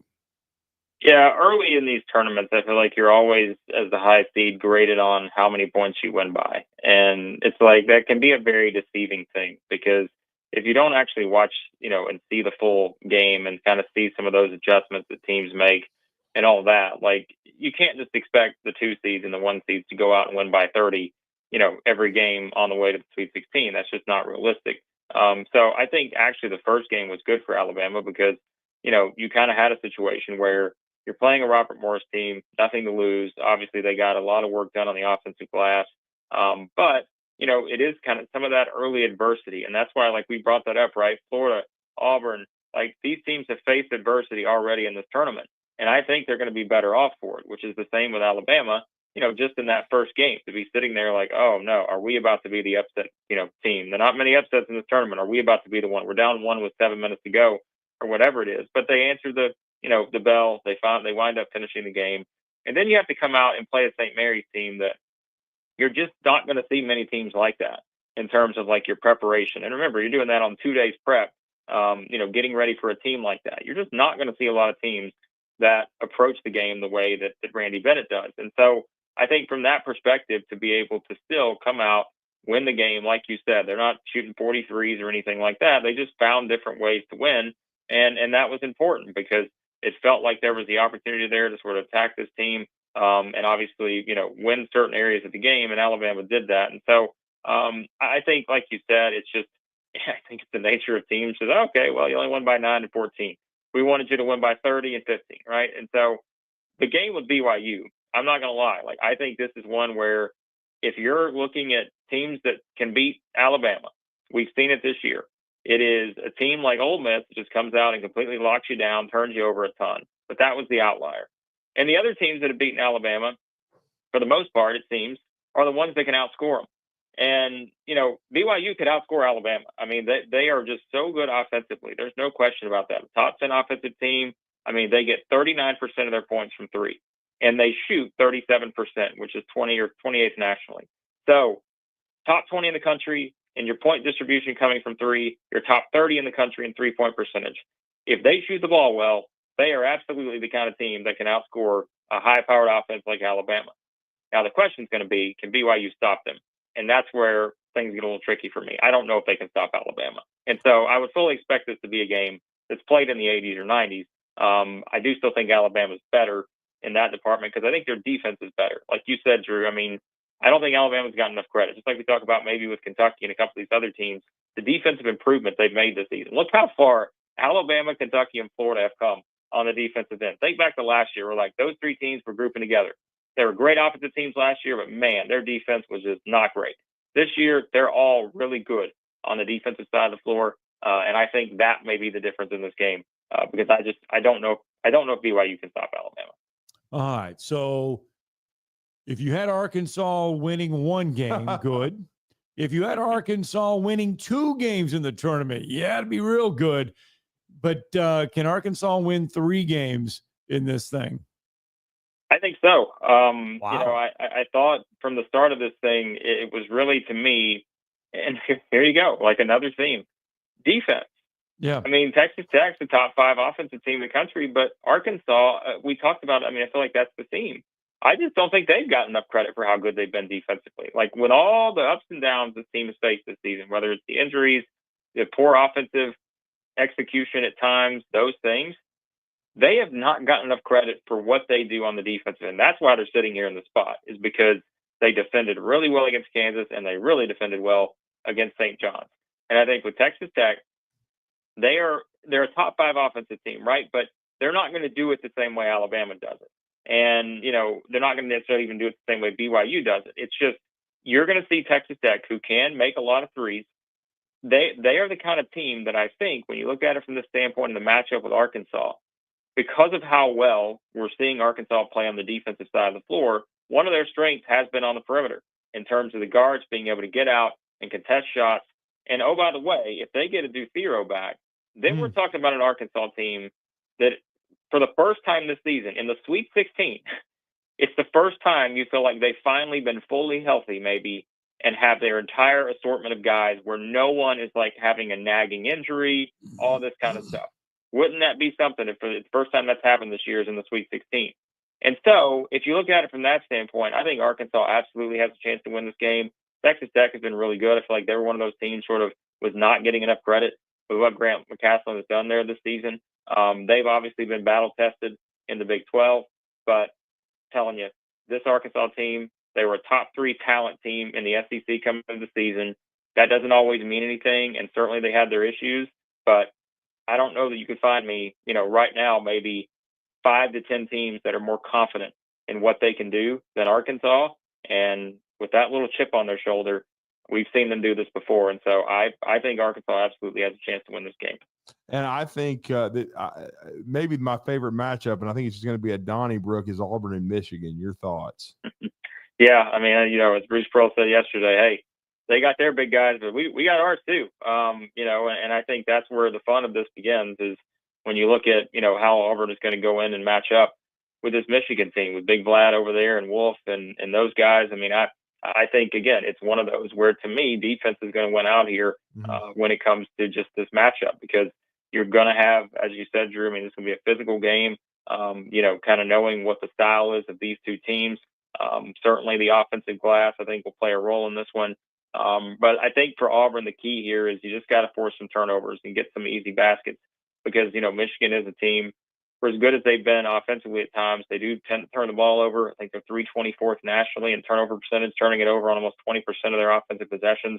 So if Auburn get out, get active with their hands, all that, just with their guards, Denver Jones specifically, I think that sets up nicely. But, too, like I said earlier, I do think there is something to the idea of the way Auburn responded against Creighton.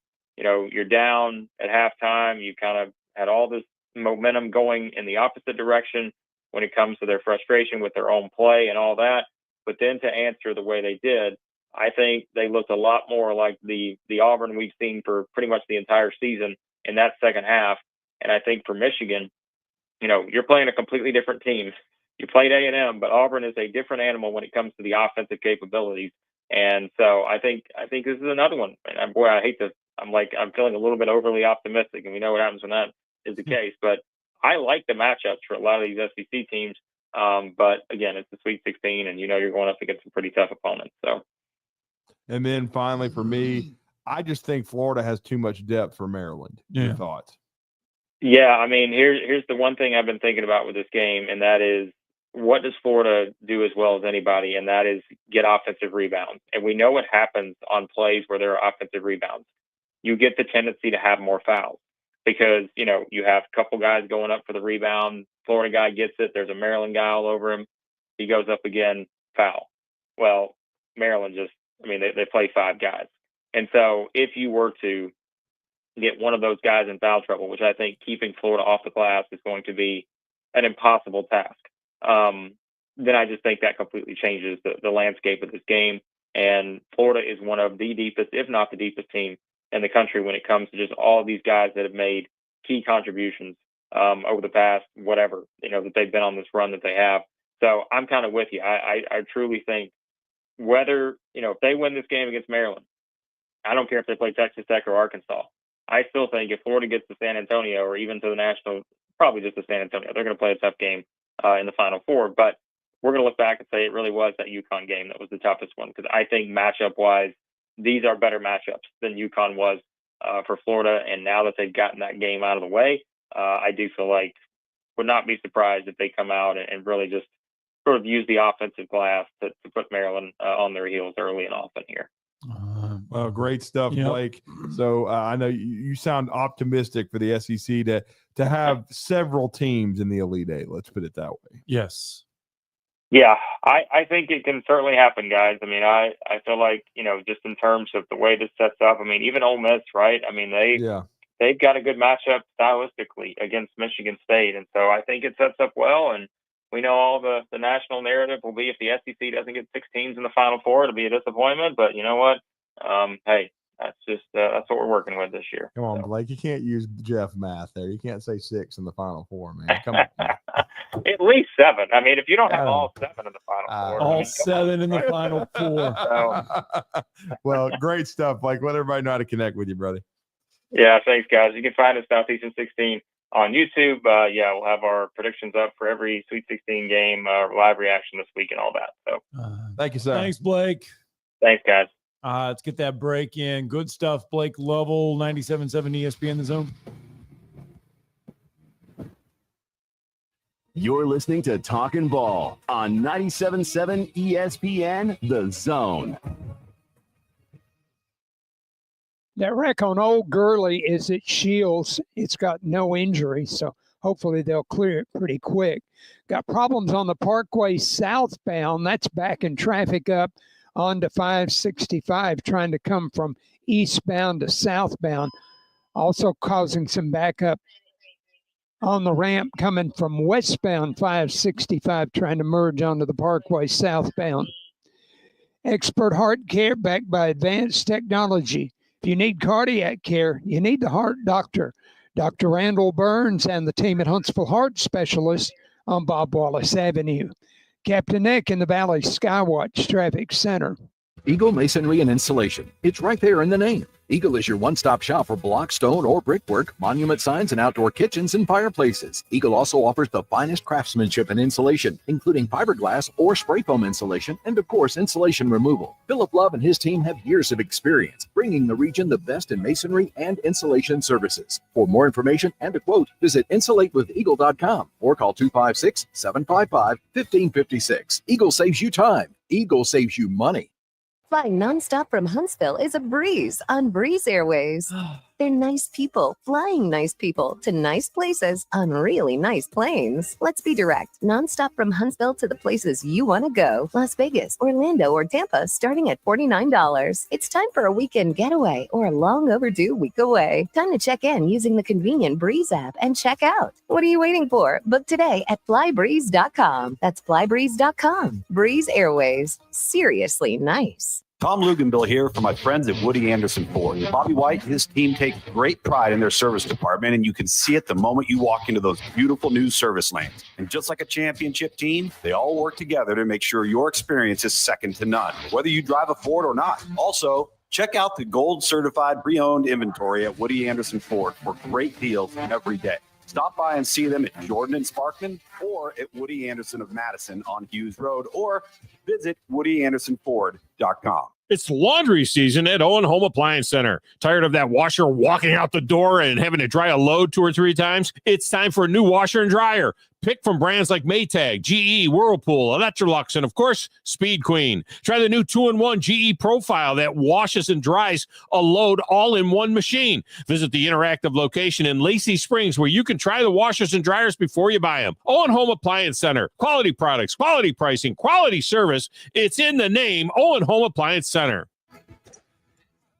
Gunner's Landing is one of the Tennessee Valley's finest golf experiences. Just 35 minutes from downtown Huntsville, Gunner's Landing's 18-hole championship jewel is open to the public 7 days a week. Located in the foothills of the Appalachian Mountains, Gunner's Landing offers you a golf experience like no other. With beautiful Lake Gunnersville views throughout the round, Gunner's Landing is golf the way nature intended. Gunner's Landing's Club Repair Shop offers a full range of services, including re-gripping and adjusting the lofts and lies of your clubs, even putters. Since the work is done in-house, your clubs will be returned to you in a timely manner. Unmatched in the North Alabama area, it is Gunner's Landing. Schedule your tee time today at gunnerslandings.com. That's gunnerslandings.com. Can't get a ticket? Never miss a second of Huntsville Havoc hockey. Gives it to Alger. Alger back to Ruffin. Over to Buster. Who you gonna call? Buster Larson with the winner. With the Havoc Zone. Only on 97.7 ESPN.com and the 97.7 ESPN The Zone app. Oh, what time is it? 8:25 it is. On a Tuesday morning, we can let you know now, coming up tomorrow morning at 7:30, Houston Cougars It's like a yearly thing. It is. Houston Cougars Director of Basketball Operations, Bobby Champagne, will join the program.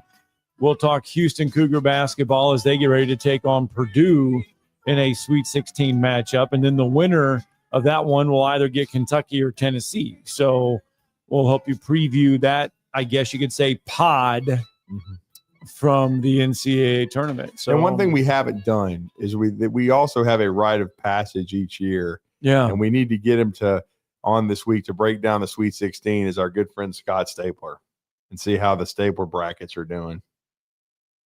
He always gives us interesting tidbits for these matchups. That is true. Yeah. That is true. We were already talking about his good friend Bill Armstrong. We're trying to get him hired at McNeese State.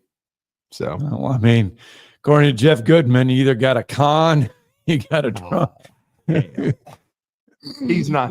I'm talking about Donnie Tyndall. I know, but Jeff Goodman's on top of it. I know, but I'm saying, though, your choices, you're looking at the choices that Jeff Goodman put out there.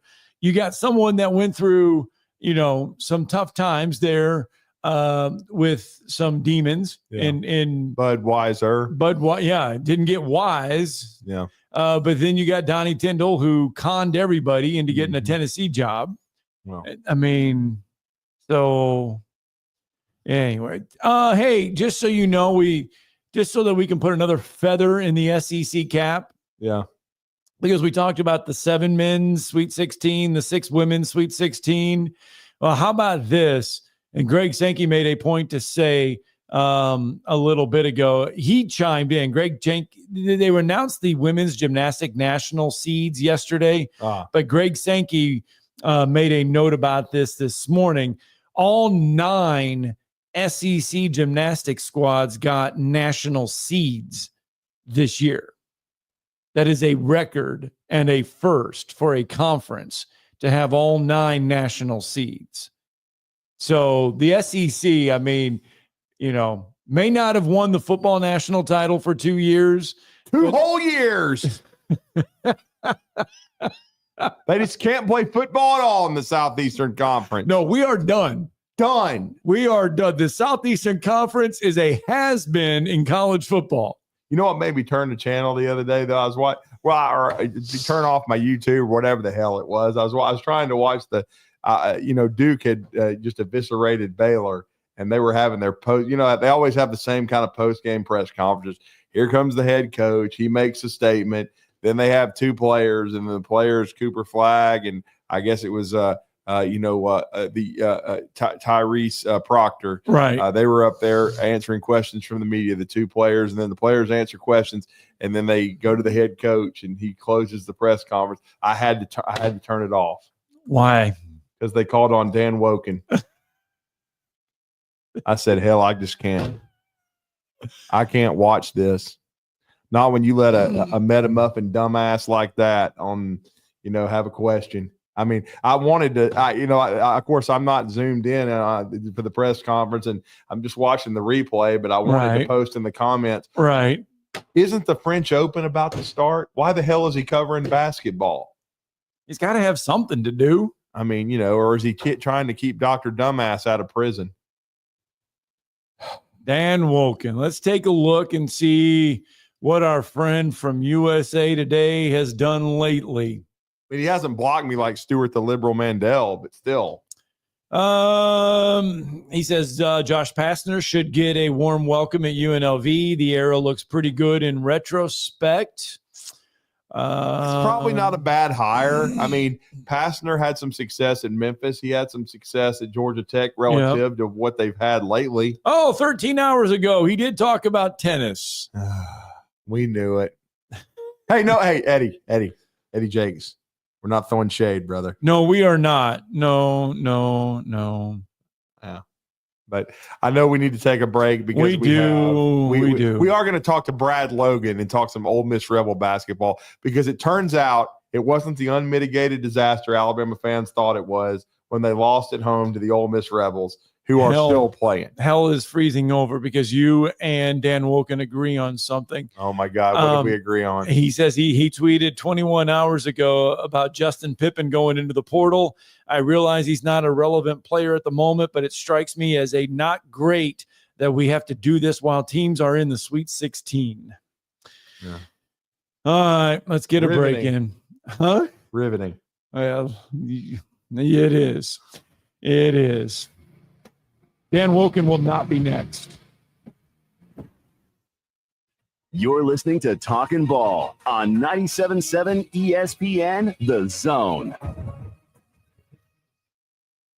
That wreck on Old Gurley is at Shields. It's got no injury, so hopefully they'll clear it pretty quick.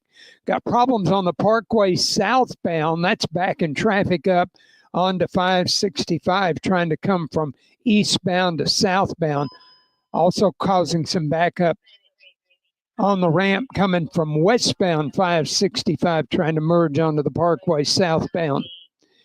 Expert Heart Care backed by advanced technology. If you need cardiac care, you need the heart doctor. Dr. Randall Burns and the team at Huntsville Heart Specialists on Bob Wallace Avenue. Captain Nick in the Valley Skywatch Traffic Center. Tuscaloosa, we live by the blue-collar basketball motto. Stepping back, deep three. Hard work. 2-on-1. Driving, stepping through. Top shot. Got it to go. Teamwork. Playing the song for the champions of the Southeastern Conference. Join us for every game right here on your home for Alabama basketball. Listen to Alabama basketball all season long on 97.7 ESPN, The Zone.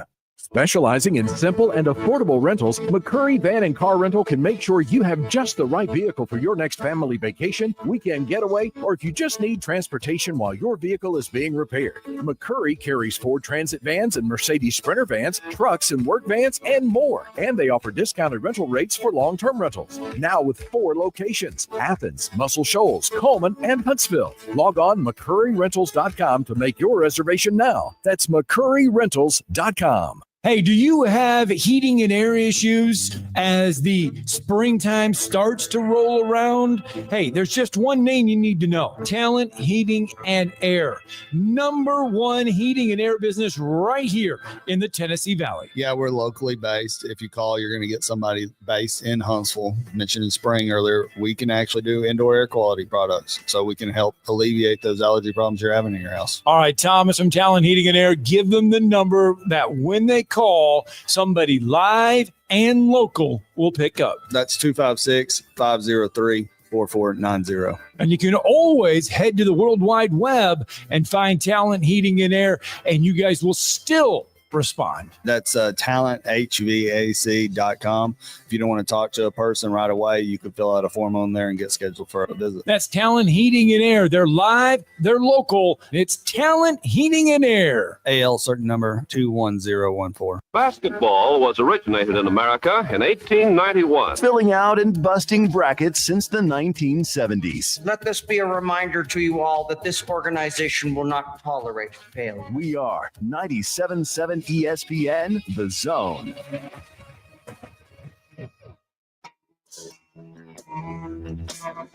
There you go. Welcome back. Talking Ball, 97.7 ESPN, The Zone. Scott Theisen, DeArmond. We're holding serve until 9 a.m. Throw that holding serve in there just for you. Yeah. Because for Woken? Yeah. I call him Woken, by the way. Yeah. Our next guest is blocked by him. I've tried to be. I got blocked by Stuart Mandel, though. That's my badge of honor.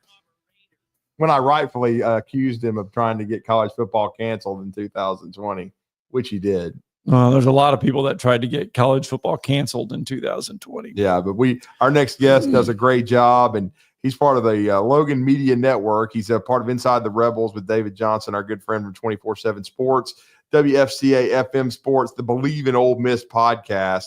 Also, he's added now the Red Blue Crew pod co-host to his arsenal. He does a great job covering the Rebels. The last time we talked to him, we previewed what ended up being maybe the biggest win for Ole Miss of the season. They went to Tuscaloosa and proved what kind of basketball team they were. Yep. They soundly whipped Alabama by 10 points. And it turned out they were pretty dadgum good because they're going to the Sweet 16. Look, Chris Beard, 2001. Chris Beard got a team from Texas Tech into the Final Four. In overtime in the championship game. And he's gotten Ole Miss into the Sweet 16. Chris Beard knows how to coach Elites. Basketball. No question. And they've got a golden opportunity here in the Sweet 16 against number 2 seed Michigan State. And we're going to talk some Rebels basketball with Brad Logan, who's been kind enough to join us via Zoom on StreamYard. Yes. Hey, Brad, good morning. What's up, man?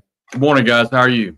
We're Doing good. I mean, I know when we last talked to you, you were hoping for a split that week for the Rebels, and they got that split. They nearly swept it because I know they played against Mississippi State, but what a year for the Rebels. And I think we all kind of saw that, at least I did in Coleman Coliseum that night, that this was a Rebels team that was going to be really, really good.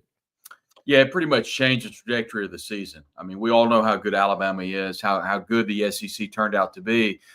We previewed on your show just how good we thought the SEC was going to be and how many teams may make the Sweet 16 for the first time in the history of the conference, and that's exactly what's happened. I thought Ole Miss was pretty good. I really thought they would play. I really thought if they could split between Alabama and Mississippi State, I didn't expect it to be that type of split.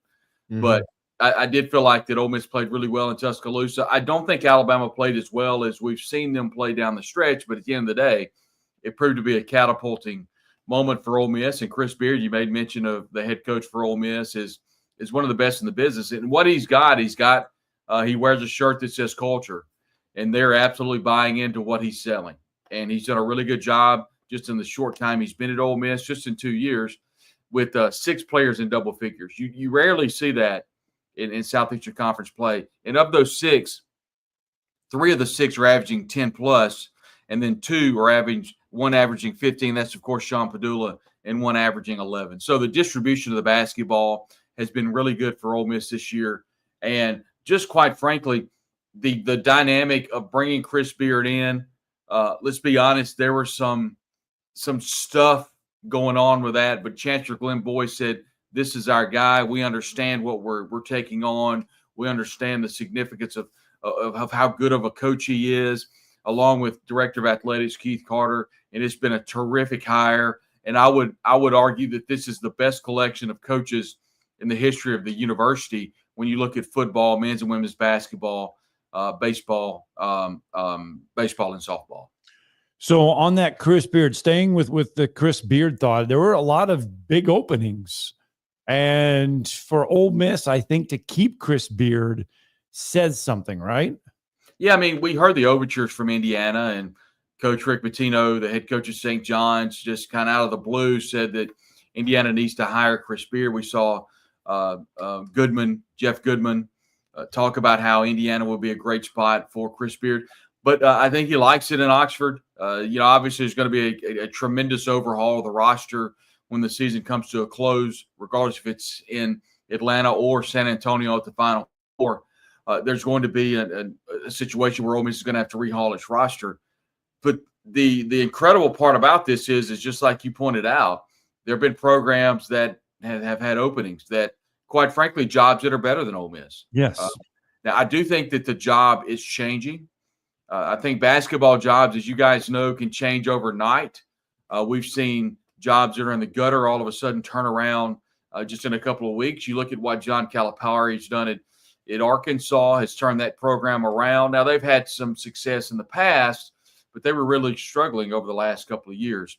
And I just think that the way that he's come in and he's made Ole Miss not one of the worst jobs in the conference. And I think if it can just get into the middle of the road, that's exactly a good spot for this Ole Miss basketball job, because it's not a job that's been sought after in years past. You look at a program that's only making its second Sweet 16 appearance in the history of the program. That's telling you something about where this program is. So the job that Chris Beard has done, not only transforming Ole Miss basketball, but the job he's done this year has just been incredible. And then your thoughts on the matchup with Michigan State. We just had Blake Lovell on of Southeastern 16. He likes the matchup for the Rebels. He thinks it's a good one. And I really thought Ole Miss is not getting enough credit for how they dismantled a really good Iowa State team, even though I know they had a key starter out due to injury. But that was a 26-point game with 7 minutes to go. Yeah, that game was pretty much over in the second half, and Ole Miss kind of took its guard down, and then Iowa State started banging home some threes. But, I'd be lying if I said that I wasn't surprised that Ole Miss played so well against Iowa State, limiting their perimeter shooting. One thing that Ole Miss has done really poorly this year is rebound the basketball. They've been beaten on the boards a lot, and I think Iowa State may have out-rebounded on 1 or 2, but just not getting doubled up. That was one thing that hurt. You talked about the Mississippi State game earlier this year when Ole Miss went to Starkville after beating Alabama and took the Bulldogs to OT and would eventually lose. They were doubled up on the boards, doubled up on the offensive boards. And that's one thing they've done a much better job of, is rebound the basketball. And Dre Davis is a large part of that. And he's someone that's come in and has gotten some substantial minutes, now averaging over 10 points a game and 26 minutes a game. And he's really turned the pressure on. But he's just one player that stepped up for Chris Beard. You talk about the matchup. Michigan State's going to want to slow this thing down. I think they're going to want to bog it down a little bit and not allow Ole Miss to run.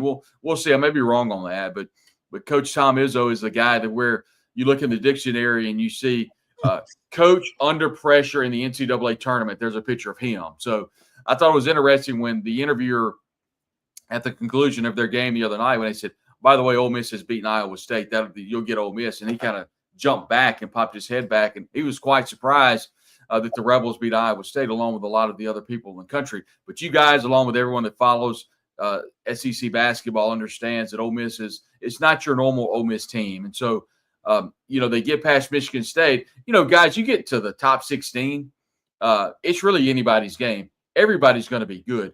Even if you get, some Cinderellas, in which some people have said that, basketball without Cinderellas in the Sweet 16 is a dying sport. I completely disagree with that. I think the NCAA tournament and everything's as vibrant as it's ever been, and we're as closer to super conferences as we've ever been. So seeing a record number of SEC teams, not only, gentlemen, the record number of women's teams, and if, by the way, Sarah Ashley Barker, incredible job yesterday. I was really rooting for Alabama. If they knock down Maryland and then Kentucky wins the night before, that's, I think, 8 of the 16 or 10 of the 16 women's teams are from the Southeastern Conference. So that's just an incredible number. And just to see how well the SEC has bought into its hoops, and when what many have said is a football conference now looks to be more of a basketball conference. But back to the men's game, I think the opportunity Ole Miss has is you're kind of playing with house money. Yeah. Nobody really expected you to be here. And so if you go out and play your game, don't get doubled up, rebound the basketball, and somehow find a way to shoot the ball as well as you've been shooting over the last couple of games. And one thing Ole Miss has really struggled with is the droughts, going 5-6 minutes without a bucket. So if they can not do that against Michigan State over in Atlanta, they've got a shot to win the game and then do some really, really special things at Oxford that has never been done before. Well, I think this Sweet 16 matchup, this is more about the names on the front. You mentioned Tom Izzo being under pressure. People still, I think, are going to write Michigan State in this one because they still don't understand Ole Miss basketball or know a lot about Ole Miss basketball. And so they're going to side with the Spartans in this one simply because of the name in the front. Yeah, and I don't blame them. I mean, so many times you get a bracket, if you see Kansas or you see Wichita State or you see Kansas or you see Santa Clara, who are you going to put in there? And that's completely understandable. And, you know, Ole Miss is new money when it comes to men's basketball success. But I think as long as Chris Beard is leading the ship, one thing that surprised me is just how the name Iowa State. Now, obviously not a huge power in men's college basketball, but has much more success than Ole Miss. But Ole Miss didn't care. I mean, they just went out and they played hard-nosed basketball, and they were outnumbered in the arena in Milwaukee, and they just absolutely decimated Iowa State. And being closer to Oxford, I know it's talking like, $700-800 to get in the gym over at Phillips Arena in Atlanta, but I think there'll be a decent Ole Miss crowd. I don't know that you'll see a large Michigan State contingent versus the Ole Miss contingents in regards to just taking over the arena. But I do think it'll be a situation where I don't know if we'll see Ole Miss fold under pressure. Now, we've seen Ole Miss lose basketball games they're supposed to win, and we've seen them lose in overtime, but it wasn't because they succumbed to pressure. It's because they were beaten by the better team that night. They beat Tennessee handily in Oxford, and that was a huge game, and I think that's what kind of got Ole Miss, got the monkey off its back. But, I mean, you talk about Auburn and Alabama, the way they played in the SEC tournament against Auburn, just played so well and then beat Arkansas at the buzzer. They're playing as good as they played all year, and they picked a good time to do that here late in the season in the NCAA tournament. Yeah, we're talking to Brad Logan from 24/7 Sports, and does a great job with Inside the Rebels, also the Believe in Ole Miss podcast. And I got to say, too, Brad, they were even an underdog, and I was surprised by it, quite frankly, against North Carolina after Carolina won their first 4 game. I thought the Rebels would be a 5-6 point favorite, and I was surprised that I think Carolina was a 1.5 favorite, but I thought the Rebels would take care of the Tar Heels because I thought the ACC was overrated, and I knew they had a good chance against Iowa State, but the way they played, and now in hindsight, beating Arkansas the way they did, Arkansas is in the Sweet 16, and then they very nearly beat Auburn. So I think they've got a good shot against Michigan State. What, in your mind, what are the 2 or 3 keys if Ole Miss is going to beat Tom Izzo, who's an outstanding tournament coach with his history? He's been to a lot of Final Fours, but what's the key for the Rebels? Yeah, oddly enough, I believe this is a better matchup for Ole Miss than Iowa State was. I think, combating the fact that Iowa State didn't shoot the ball very well, Ole Miss played really good defense, but Ole Miss has to be able to rebound the basketball. And I don't mean they need to out-rebound Michigan State. They just can't allow to be out-rebounded 41-17. Yeah. They can't allow themselves to be out-rebounded 21-9 on the offensive boards. So come out, rebound the basketball, and play really good defense. And Michigan State's a team that shoots the ball well at the perimeter. But I think more than anything is Michigan State's a team that's been there before. And, we have not seen this Ole Miss team get, punched in the face by the bright lights. We just haven't seen that. But they haven't been on a stage as big as they're going to be over in Atlanta on Friday night. So if they can come out, understand the significance of the game, but not get too tied up in the situation that they're at, I think rebound the basketball, play good defense, and Sean Padula has to shoot the ball well. Matt Morrell has to be an effective piece for this team. He's come on late. At one point, he was 4 for 26 from 3. He's been a three-point shooter for Ole Miss. It has struggled throughout the year, but he's really turned it on here as of late. But Malik Dia, to me, is the key to this Ole Miss team. Getting the ball down low to Malik Dia is going to free up the shooters like Matt Morrell, like Sean Padula, like Juju Murray. And then Dre Davis just doing what Dre Davis does, going to the basket, creating fouls, making free throws, but getting the ball to Malik Dia and somehow evening up those offense and defensive boards. I think Ole Miss has a shot against Michigan State. I really do. I think a lot of people are picking Michigan State because of the name of the jersey. And you made a good point, Drew. Ole Miss was an underdog against North Carolina because of the name on the jersey. And I completely understand that. But Ole Miss was clearly the better team, and they showed on the hardwood.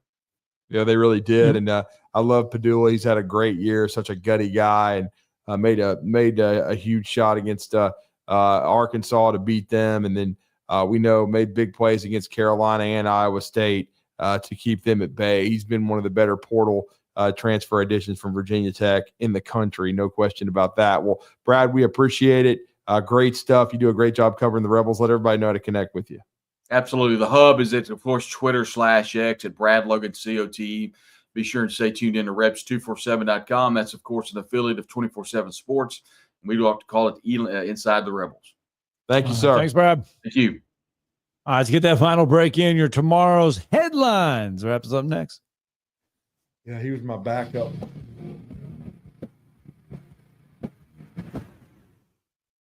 You're listening to Talkin' Ball on 97.7 ESPN, The Zone. Got an injury wreck at Jordan and Maston Lake. Got one at Old Gurley and Shields Road. That one should be about ready to clear. I don't see anything else on the board. Well, we did have the Parkway southbound at Clinton. Looks like that area might be improving now, so hopefully they've moved it out of the way. You could win a 25 Buick Encore at the 41st Annual Bloomin' Festival Art and Craft Fair. It's coming up April 5th and 6th, adjacent to Ave Maria Grotto in Coleman, with over 150 artists and craftsmen, great food, music, and more. Captain Nick in the Valley Skywatch Traffic Center. Are you tired of chasing a roofing contractor to show up on time or even show up at all? I'm Sam Fleming with Fleming Roofing and Restoration. Our motto at Fleming Roofing is we show up. Our goal at Fleming Roofing is to provide the reliable customer service that you deserve. And we have the resources to meet all of your roofing needs, residential, commercial, industrial, replacement, or repairs. We are manufacturer certified for roof coatings, single ply membranes, and asphalt shingles. Whenever you need a roofing professional you can count on, call Fleming Roofing and Restoration.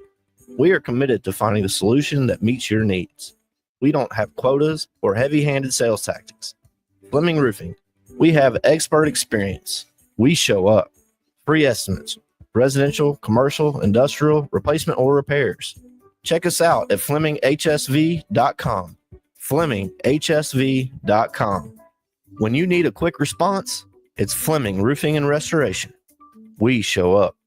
Are you tired of power outages disrupting your life?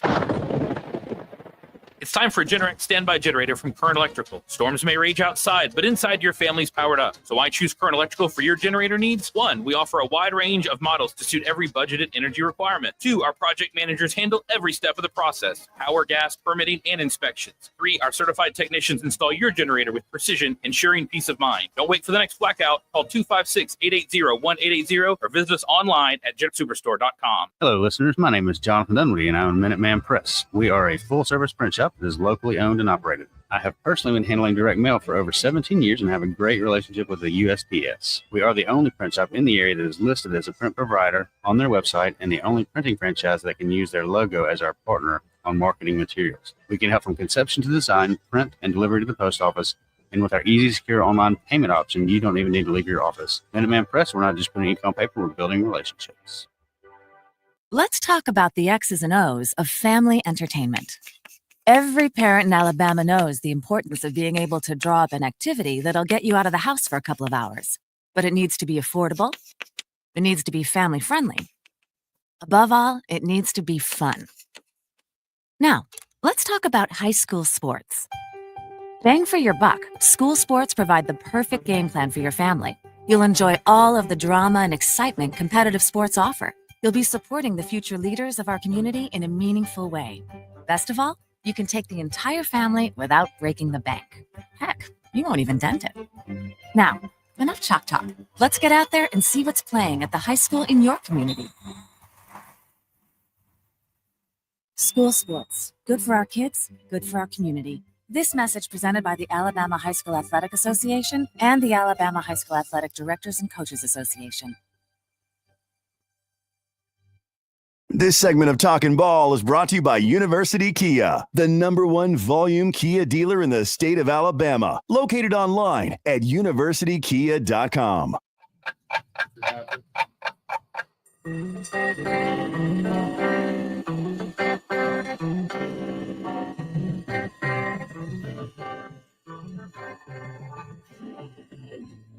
It's time for tomorrow's headlines today with Scott Tyson and Drew DeArmond on 97.7 ESPN The Zone.